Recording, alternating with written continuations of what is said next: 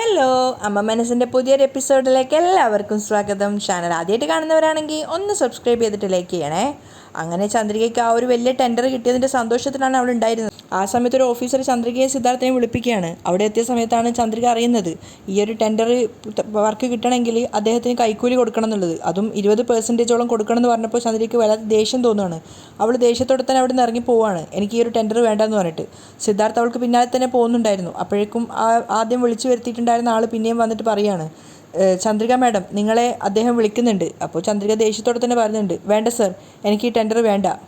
അയാൾ തന്നെ അതിശയിച്ചു പോവുകയാണ്. ഇത്രയും വലിയൊരു വർക്ക് കിട്ടിയിട്ട് എത്ര പെട്ടെന്നാണ് ഈ ഒരു മാഡം വേണ്ടാന്ന് പറയുന്നതെന്ന് വിചാരിച്ചിട്ട്. അപ്പോൾ ചന്ദ്രിക അദ്ദേഹത്തോട് പറയുന്നുണ്ട്, ഈ ടെൻഡറിൻ്റെ വർക്ക് നിങ്ങൾ വേറെ ആർക്ക് വേണമെങ്കിലും കൊടുത്തോളൂ. അപ്പോൾ അയാൾ റിക്വസ്റ്റ് ചെയ്യുന്ന രീതിയിൽ പറയാണ്, അതല്ല മാഡം, നിങ്ങളോട് മുഖ്യമായ ഒരു കാര്യത്തെക്കുറിച്ച് സംസാരിക്കാൻ വേണ്ടിയിട്ടാണ്, ദയവായി വരൂ. ചന്ദ്രിക ഇല്ലാന്ന് പറയുമ്പോഴേക്കും സിദ്ധാർത്ഥ തടയാണ്.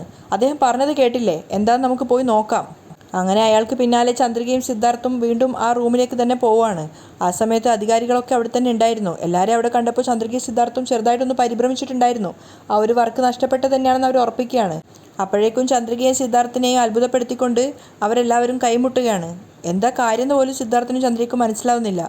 എന്തിനാ സർ എല്ലാവരും ചേർന്ന് കൈയടിക്കുന്നത്? ചന്ദ്രിക മനസ്സിലാവാതെ ചോദിച്ചപ്പോൾ അയാൾ പറയുന്നുണ്ട്, അതൊന്നുമില്ല മാഡം, സാധാരണയായി ഗവൺമെൻറ്റിൻ്റെ ഇങ്ങനൊരു ടെൻഡർ കിട്ടിക്കഴിഞ്ഞാൽ എന്നെപ്പോലുള്ള അധികാരികൾക്ക് കമ്മീഷൻ കൊടുത്തിട്ട് അവരോരോ തട്ടിപ്പ് കാണിക്കുകയാണ് ചെയ്യുക. അതുമാത്രമല്ല, എന്നെപ്പോലുള്ള അധികാരികൾ കമ്മീഷൻ വാങ്ങിച്ചിട്ട് ഇവർക്ക് അനുകൂലമായിട്ടുള്ള കാര്യങ്ങളൊക്കെ ചെയ്തു കൊടുക്കും. അവരാണെങ്കിൽ വർക്കിലൊക്കെ തട്ടിപ്പ് കാണിക്കുകയും ചെയ്യും. ചന്ദ്രികയ്ക്കും സിദ്ധുവിനും അപ്പോഴും ഒന്നും മനസ്സിലായില്ല. അപ്പോഴാണ് അദ്ദേഹം പറയുന്നത്, അങ്ങനെ ഒരു തെറ്റ് ഈ ഒരു കാര്യത്തിൽ സംഭവിക്കാൻ പാടില്ല എന്നുള്ളത് കൊണ്ടാണ് ഞാൻ നിങ്ങളെടുത്ത് കമ്മീഷൻ ചോദിക്കുന്നതായിട്ട് അഭിനയിച്ചത്. സിദ്ധാർത്ഥിനും ചന്ദ്രയ്ക്ക് പറഞ്ഞറിയിക്കാനാവാത്തൊരു സന്തോഷമാണ് തോന്നിയത്. കാരണം അദ്ദേഹം അഭിനയിച്ചതാണെന്ന് മനസ്സിലായപ്പോൾ. അപ്പോൾ അയാൾ പറയുന്നുണ്ട്, നിങ്ങളാണെങ്കിൽ തീർച്ചയായിട്ടും കമ്മീഷൻ തരാൻ പറ്റില്ല എന്ന് പറഞ്ഞ് ദേഷ്യത്തോടെ ഇറങ്ങിപ്പോയി. അതുകൊണ്ട് തന്നെ ഈ ഒരു പ്രൊജക്റ്റ് ഞങ്ങൾ വിചാരിക്കുന്ന രീതിയിൽ നല്ല രീതിയിൽ തന്നെ നിങ്ങൾ ചെയ്ത് തീർക്കും എന്നുള്ളത് ഞങ്ങൾ വിശ്വസിക്കുകയാണ്. അങ്ങനെ ഒരു തീരുമാനമായിരിക്കും അദ്ദേഹം പറയാന്നുള്ളത് ചന്ദ്രികയോ സിദ്ധാർത്ഥോ മനസ്സിൽ പോലും വിചാരിച്ചിട്ടുണ്ടായിരുന്നില്ല. അവരുടെ മുഖത്ത് ആ ഒരു സന്തോഷം ഉണ്ടായിരുന്നു. അപ്പോൾ അയാൾ പറയുന്നുണ്ട്, ഈ ഒരു പ്രൊജക്റ്റ് തീർച്ചയായിട്ടും നിങ്ങൾ തന്നെയാണ് ചെയ്യേണ്ടത്. നിങ്ങൾക്ക് എന്ത് സഹായം വേണമെങ്കിലും എന്നോട് ചോദിച്ചാൽ മതി.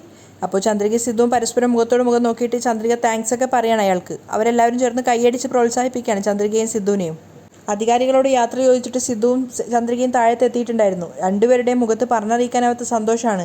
അപ്പോൾ ചന്ദ്രിക സിദ്ധുവിനോട് പറയുന്നുണ്ട്, എന്നെക്കൊണ്ട് വിശ്വസിക്കാൻ തന്നെ സാധിക്കുന്നില്ല സർ, ഈ ഒരു കാലഘട്ടത്തിൽ ഇങ്ങനെയും സത്യസന്ധരായ മനുഷ്യന്മാരുണ്ടാവുമോ? അപ്പോൾ സിദ്ധുവും സന്തോഷത്തോടെ പറയുന്നുണ്ട്, അതേ ചന്ദ്രിക, ഇതുപോലുള്ള ആൾക്കാരുള്ളത് കൊണ്ടാണ് നമ്മളെപ്പോലുള്ള ആൾക്കാർക്ക് ഇതുപോലുള്ള പ്രൊജക്റ്റുകളൊക്കെ കിട്ടുന്നത്. ഇപ്പോഴാണ് സമാധാനമായത്. അപ്പോൾ ചന്ദ്രിക പറയുന്നുണ്ട്, സർ, നമുക്ക് ആദ്യം തന്നെ ക്ഷേത്രത്തിൽ പോയി അതിനുശേഷം സ്വീറ്റ്സൊക്കെ വാങ്ങിച്ചിട്ട് വീട്ടിൽ പോയാലോ? അതിനെന്താ, വാ പോവാലോ എന്ന് പറഞ്ഞിട്ട് സിദ്ധുവും ചന്ദ്രയും കൂടി അവിടെ നിന്ന് ഇറങ്ങുകയാണ്. പിന്നീട് കാണിക്കുന്നത് രാത്രിയായിട്ടുണ്ടായിരുന്നു. ജ്യോതിയും അവളുടെ സഹോദരനും ക്ഷേത്രത്തിൽ വന്നിരിക്കുകയാണ്. രണ്ടുപേരും പ്രാർത്ഥിച്ചതിന് ശേഷം അല്പസമയം ക്ഷേത്രത്തിൽ ഇരിക്കുകയാണ്. ആ സമയത്താണ് വാസുവിൻ്റെ ഫോൺ വരുന്നത് ജ്യോതിക്ക്. എവിടെയാണെന്ന് ചോദിക്കുന്ന സമയത്ത് ക്ഷേത്രത്തിലുണ്ട് ഏട്ടൻ്റെ കൂടെ എന്ന് പറയുന്നുണ്ട്. അപ്പോൾ ഞാൻ മേഘയും കൊണ്ട് നിന്നെ കാണാൻ വേണ്ടിയിട്ട് ക്ഷേത്രത്തിലേക്ക് വരികയാണ്. ഓക്കെ, വേഗം തന്നെ വാ, സന്തോഷത്തോടെയാണ് ജ്യോതി പറയുന്നത്. ഏട്ടൻ ഇങ്ങോട്ടേക്ക് വരൂ, ഞങ്ങൾ ഇവിടെ തന്നെ കാത്തിരിക്കാം. ജ്യോതി സന്തോഷമുണ്ടായിരുന്നു. കോള് കട്ടായതിനു ശേഷം അവൾ അവളുടെ സഹോദരനോട് പറയുന്നുണ്ട്, മേഘയെ പരിചയപ്പെടുത്തി തരാൻ വേണ്ടിയിട്ട് വാസു ഇങ്ങോട്ടേക്ക് കൂട്ടിക്കൊണ്ട് വരുന്നുണ്ട്. അത് കേട്ടപ്പോൾ അവളുടെ ഏട്ടനും പറയുന്നുണ്ട്, ആഹാ, വാസുവിന് നല്ല മാറ്റമുണ്ടല്ലോ. അതേസമയം മേഘയും കൂട്ടിക്കൊണ്ടാണ് വാസു വന്നുകൊണ്ടിരിക്കുന്നത്. അല്പസമയം കൂടി കഴിഞ്ഞപ്പോഴേക്കും വാസു മേഘയും കൂട്ടിയിട്ട് ക്ഷേത്രത്തിൽ എത്തിയിട്ടുണ്ടായിരുന്നു. അങ്ങനെ അവരെ പരസ്പരം പരിചയപ്പെടുത്തി കൊടുക്കുകയാണ്. വാസു ജ്യോതിയെ പരിചയപ്പെടുത്തി കൊടുത്തപ്പോൾ ജ്യോതി മേഘയോട് ഹായ് പറയാണ്. തിരിച്ച് മേഘയും, സുഖാണോ? സുഖമായിരിക്കുന്നു മേഘ. അപ്പോഴേക്കും വാസു പറയുന്നുണ്ട്, മേഘ, ഇത് ജ്യോതിയുടെ സഹോദരനാണ്, എൻ്റെ അളിയൻ. അപ്പോൾ മേഘ അയാൾക്ക് ഹായ് പറയാണ്. അതിനുശേഷം അവർ 4 പേര് അവിടെ ഇരുന്നിട്ടാണ് സംസാരിക്കുന്നത്. അപ്പോൾ ജ്യോതി സന്തോഷത്തോടെ പറയുന്നുണ്ട്, മേഘ, നീ എന്നെ കാണാൻ വന്നതിൽ എനിക്ക് ഒരുപാട് സന്തോഷമുണ്ട് മേഘ. എനിക്കും ഒരുപാട് സന്തോഷമുണ്ട്, മേഘയും തിരിച്ചു പറയാണ്. അപ്പോൾ ജ്യോതി പറയുന്നുണ്ട്, നീ വീട്ടിലാണ് വന്നിരുന്നതെങ്കിൽ ഇതിനേക്കാൾ ഒരുപാട് സന്തോഷം ഉണ്ടാവുമായിരുന്നു.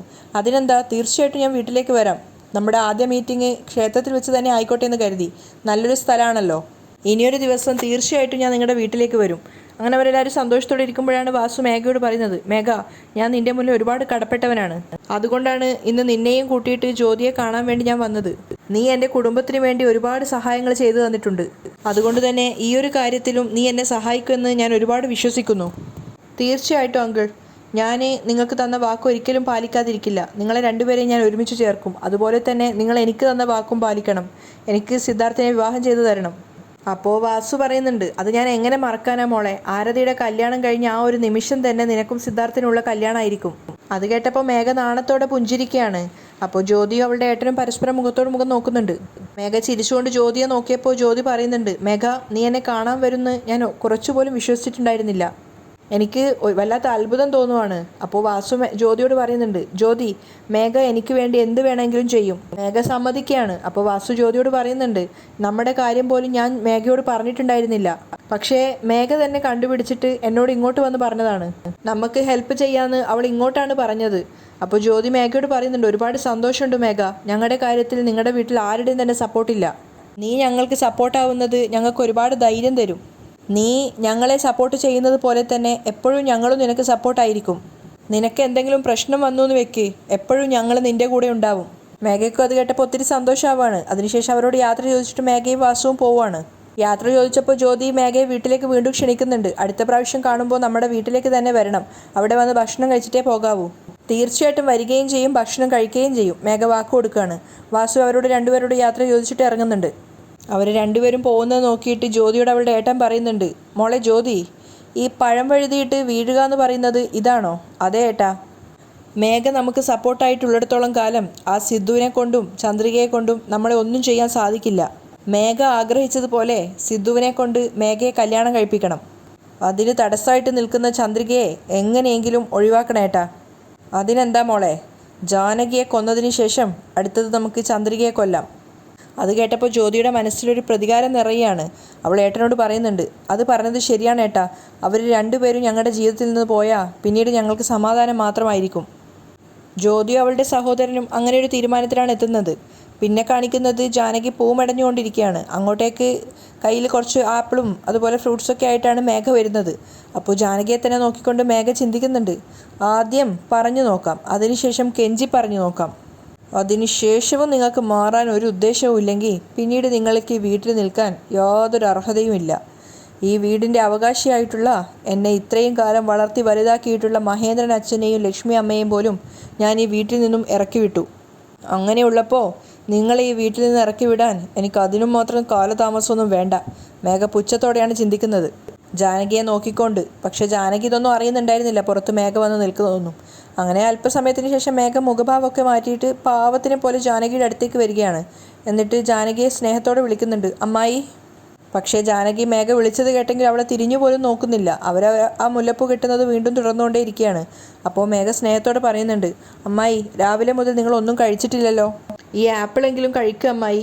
അപ്പോൾ ദേഷ്യത്തോടെ മേഘയെ നോക്കുകയാണ് ജാനകി. എന്നിട്ട് അവർ ദേഷ്യത്തോടെ തന്നെ പറയുന്നുണ്ട്, എനിക്ക് വിശക്കുന്നൊന്നുമില്ല, ഇതെടുത്തിട്ട് പോകാൻ നോക്ക്. അപ്പോൾ മേഘ സ്നേഹത്തോട് പറയാണ്, അങ്ങനെയൊന്നും പറയല്ലേ അമ്മായി, നിങ്ങൾ നന്നായിട്ടിരുന്നാൽ മാത്രമേ എനിക്ക് സന്തോഷം ഉണ്ടാവുള്ളൂ. എനിക്ക് നിങ്ങളല്ലാതെ മറ്റാരാ ഉള്ളത്? അപ്പോൾ തിരിച്ച് ജാനകി ചോദിക്കുന്നുണ്ട്, നിനക്കതിന് നിൻ്റെ അച്ഛനുണ്ടല്ലോ. അത് കേട്ടപ്പോൾ മേഘ വല്ലാതെ ഒന്ന് പതറുകയാണ്. അപ്പോൾ ജാനകി പരിഹാസത്തോടെ പറയുന്നുണ്ട്, പിന്നെ എന്താ വേണ്ടത്? അയാൾ പറഞ്ഞിട്ടായിരിക്കുമല്ലോ ഇത്രയും കാലം എനിക്ക് ആരുമില്ല എന്ന് നാടകം കളിച്ചത്. മേഘ വല്ലാത്ത അതിശയത്തോടെ പറയാണ്, അമ്മായി, ഇനിയൊരു പ്രാവശ്യം കൂടി ഞാൻ നാടകം കളിച്ചതാണെന്ന് പറഞ്ഞാൽ ഞാൻ പിന്നെ ജീവനോടെ ഉണ്ടാവില്ല. അപ്പോൾ ജാനകി മേഘയെ നോക്കിയിട്ട് പരിഹാസത്തോടെ ചിരിക്കുകയാണ്. അപ്പോൾ മേഘ ഇതൊന്നും ശ്രദ്ധിക്കാതെ പറയുന്നുണ്ട്, ഈ കത്തി എടുത്തിട്ട് ഞാൻ തന്നെ ആത്മഹത്യ ചെയ്യും. അപ്പോൾ ജാനകി പരിഹാസത്തോടെ പറയുന്നുണ്ട്, ഇങ്ങനെ പറഞ്ഞ ആരും ഇതുവരെ മരിച്ച ചരിത്രമേ ഇല്ല. ഇങ്ങനെ ഭീഷണിപ്പെടുത്തിയിട്ടായിരിക്കുമല്ലോ ലക്ഷ്മിയോട് സ്വത്തുക്കളൊക്കെ എഴുതി വാങ്ങിയത്. മേഘയ്ക്ക് വല്ലാത്ത അതിശയം തോന്നുകയാണ്. കാരണം അത്രയും സത്യസന്ധമായിട്ടാണ് ജാനകി ഇപ്പോൾ കാര്യങ്ങൾ പറഞ്ഞിട്ടുള്ളത്. ജാനകിയാണെങ്കിൽ മേഘയുടെ അഭിനയം നോക്കി നിൽക്കുകയാണ് പരിഹാസത്തോടെ. അപ്പോൾ മേഘ പറയുന്നുണ്ട്, അമ്മായി, ഞാൻ ആരെയും പറ്റിച്ചിട്ടല്ല സ്വത്തുക്കളൊന്നും എഴുതി വാങ്ങിയത്. എന്നെ ഒന്ന് വിശ്വസിക്കമ്മായി, ഞാൻ സത്യമാണ് പറയുന്നത്. ജാനകി പരിഹാസത്തോടെ പറഞ്ഞിട്ട് മുഖം തിരിച്ചത് കണ്ടപ്പോൾ മേഘയ്ക്ക് വല്ലാത്ത ദേഷ്യം തോന്നുകയാണ്. അവൾ വേഗം കയ്യിലിരുന്ന ആപ്പിളിൻ്റെ പ്ലേറ്റ് അവിടെ കൊണ്ടുവച്ചിട്ട് അതിലിരുന്ന കത്തി എടുത്തിട്ട് വന്നിട്ട് അവളുടെ കൈ തന്നെ മുറിക്കുകയാണ്. മുറിച്ചുകൊണ്ടിരിക്കുമ്പോൾ ജാനകിയോട് പറയുന്നുണ്ട്, എന്നെ വിശ്വസിക്കില്ല അല്ലേ? പക്ഷേ ജാനകി ഒട്ടും പ്രതീക്ഷിക്കാത്തൊരു കാര്യമാണ് മേഘ ചെയ്തത്. അതുകൊണ്ട് തന്നെ അവർ വല്ലാതെ പതറിപ്പോയിട്ടുണ്ടായിരുന്നു. മേഘയുടെ കയ്യിൽ നിന്നും ചോര ഇങ്ങനെ മറിഞ്ഞുകൊണ്ടിരിക്കുകയാണ്. മേഘ വേദന കൊണ്ട് പൊളയാണ്. ജാനകിയും പെട്ടെന്നായതുകൊണ്ട് തന്നെ പരിഭ്രമിച്ചിട്ടുണ്ടായിരുന്നു. അവർ ദേഷ്യത്തോട് പറയുന്നുണ്ട്, എന്തേ ചെയ്തിരിക്കുന്ന മേഘ നീ? നിനക്കെന്താ ഭ്രാന്തായോ? അവളുടെ ഉള്ളം കയ്യിലാണ് വരഞ്ഞിട്ടുണ്ടായിരുന്നത്. അതിൽ നിന്നും ചോര ഇങ്ങനെ വന്നുകൊണ്ടിരിക്കുകയാണ്. ജാനകി വേഗം തന്നെ കൈ പിടിച്ച് നോക്കുന്നുണ്ട്. അവർ വല്ലാതെ പരിഭ്രമിച്ചിട്ടുണ്ടായിരുന്നു. അപ്പോൾ മേഘ പറയുന്നുണ്ട്, നിങ്ങൾ എന്നെ വിശ്വസിക്കുന്നില്ലല്ലോ, ഞാൻ എന്തിനാ അമ്മ ഇനി ജീവനോടെ നിൽക്കുന്നത്? അപ്പോഴൊന്നും ജാനകി തിരിച്ച് പ്രതികരിക്കുന്നില്ല. മേഘയുടെ ആ ഒരു ഭാവം കണ്ടപ്പോൾ അവർ വല്ലാതെ പേടിച്ചു പോയിട്ടുണ്ടായിരുന്നു. അപ്പോൾ മേഘ പറയുന്നുണ്ട്, ഇപ്പോൾ കൈ മുറിച്ച എനിക്ക് കഴുത്ത് മുറിക്കാൻ ഒരു പണിയും പ്രയാസവും ഇല്ല. മേഘയിൽ നിന്നും അങ്ങനെ ഒരു പ്രതികരണം വന്നപ്പോൾ ജാനകിയും വല്ലാതെ പരിഭ്രമിച്ചു പോയി. അപ്പോൾ മേഘ പറയുന്നുണ്ട്, നിങ്ങൾ എന്നെ വിശ്വസിച്ചില്ലെങ്കിൽ ഞാൻ ഇനി ജീവനോടെ ഉണ്ടാവില്ല. ഞാൻ കഴുത്തറുത്ത് മരിച്ചാൽ മാത്രം നിങ്ങളെന്നെ വിശ്വസിക്കുമെങ്കിൽ എൻ്റെ ജീവൻ പോയാലും പ്രശ്നമില്ല അമ്മായി. നിങ്ങൾക്ക് വേണ്ടി ഞാൻ അതും ചെയ്യും എന്ന് പറഞ്ഞ് മേഘ ജാനകിയെ വെല്ലുവിളിക്കുകയാണ്. എന്നിട്ട് മേഘ പൊട്ടി പൊട്ടി കരയുന്നുണ്ട്. അത് കണ്ടപ്പോൾ ജാനകി വല്ലാതെ പരിഭ്രമിച്ചുകൊണ്ട് പറയുന്നുണ്ട്, മേഘ ഇതുപോലുള്ള കാര്യങ്ങളൊന്നും ചെയ്യാതെ, ഇതെന്താ നിനക്ക് ഭ്രാന്ത് പിടിച്ചോ? അല്ലെങ്കിൽ തന്നെ എൻ്റെ മനസ്സെൻ്റെ കൺട്രോളിലല്ല. ദയവ് ചെയ്ത് എന്നെ ഒന്ന് സമാധാനത്തോടെ ജീവിക്കാൻ വിട്. ജാനകി വല്ലാതെ പരിഭ്രമിച്ചുകൊണ്ട് അവിടുന്ന് പോവുകയാണ്. ആ സമയത്ത് മേഘ അവളുടെ യഥാർത്ഥ മുഖത്തോടെ ചിന്തിക്കുന്നുണ്ട്. അമ്മായി, നിങ്ങൾ എങ്ങനെ എൻ്റെ വഴിക്ക് കൊണ്ടുവരണമെന്ന് എനിക്ക് നന്നായിട്ടറിയാം. മേഘ ജാനകിയെ തൻ്റെ വഴിക്ക് കൊണ്ടുവരാൻ വേണ്ടിയിട്ടുള്ള ശ്രമങ്ങൾ ആരംഭിക്കുകയാണ്.